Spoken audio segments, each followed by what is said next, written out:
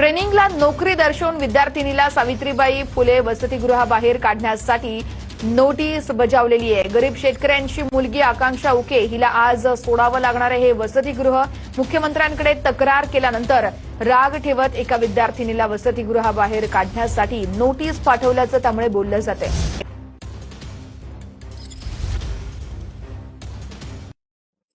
सर्वांना क्रांतिकारी जय भीम जय शिवराय। मित्रांनो, मी राजरत्न बलखंडे, अध्यक्ष विश्वरत्न डॉक्टर बाबासाहेब आंबेडकर विद्यार्थी हक्क समिती महाराष्ट्र राज्य। सध्या महाराष्ट्रामध्ये समाज कल्याण विभागाअंतर्गत जिल्हा कार्यालयामधील सहाय्यक आयुक्त असतील, अधिकारी असतील किंवा कर्मचारी वार्डन असतील, यांचा सर्रासपणे विद्यार्थ्यांसोबत असेल किंवा इतर योजनांमधल्या लाभार्थ्यांसोबत असेल मनमानी स्वरूपाचा कारभार महाराष्ट्रामध्ये चालू आहे। आणि यावर कुठल्याच प्रकारचं नियंत्रण समाज कल्याण मंत्रालयाचं पण नाहीये, ना समाज कल्याण आयुक्तालय पुण्यामधील या कार्यालयाचं सुद्धा नाहीये, ना मंत्री महोदयांचं यावरती संजय शिरसाट यांचा वचक राहिलाय, ना सचिव हर्षदीप कांबळे यांचा सुद्धा वचक राहिलाय, ना आयुक्त मुंडे मॅडम यांचा सुद्धा वचक या अधिकारी कर्मचाऱ्यांवरती राहिला नाही। अशा प्रकारचे चित्र महाराष्ट्रात आहे।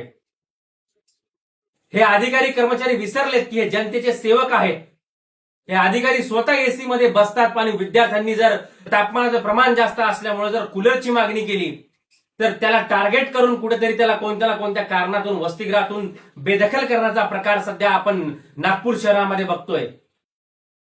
विद्यार्थिनीने कूलर बाबतीत मागणी मुख्यमंत्र्यांकडे परस्परपणे तिने मागणी केली, त्यामुळे कुठेतरी तिला तिच्या डोळ्यात धरून तिच्यावर आकस बाळगत तिला टार्गेट करून तिला वसतिगृहातून काढणं हे फार गंभीर आहे मित्रांनो।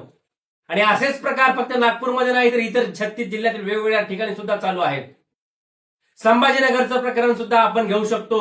मुलींचं जे वसतिगृह आहे त्या मुलींच्या वसतिगृहामध्ये सुद्धा एक नवनिर्वाचित वार्डन येते आणि विद्यार्थ्यांना म्हणते की मी या जातीची आहे आणि तुम्ही मला जय भीम म्हणायचं नाही किंवा मी जय भीम म्हणणार नाही।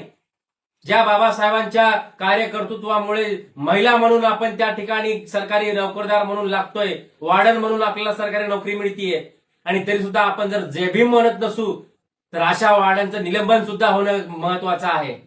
आणि जे अधिकारी कर्मचारी विद्यार्थ्यांना टार्गेट करतात अशांची सुद्धा चौकशी करून त्यांच्यावर सुद्धा कारवाई समाज कल्याण विभाग मंत्रालयाने सुद्धा करणं अपेक्षित आहे। ही मुजोरी चालणार नाही। यावरती विद्यार्थी हक्क समिती सातत्याने आवाज उठवत राहील आणि आवश्यकता पडल्यास यांच्या निलंबनासाठी सुद्धा मुख्यमंत्र्यांपर्यंत पाठपुरावा इथून पुढे आता सुरू राहील। बस झाली आता मनमानी। विद्यार्थ्यांच्या न्याय हक्कासाठी पुन्हा एकदा विद्यार्थी हक्क समिती आता आपला आवाज बुलंद करत आहे। धन्यवाद।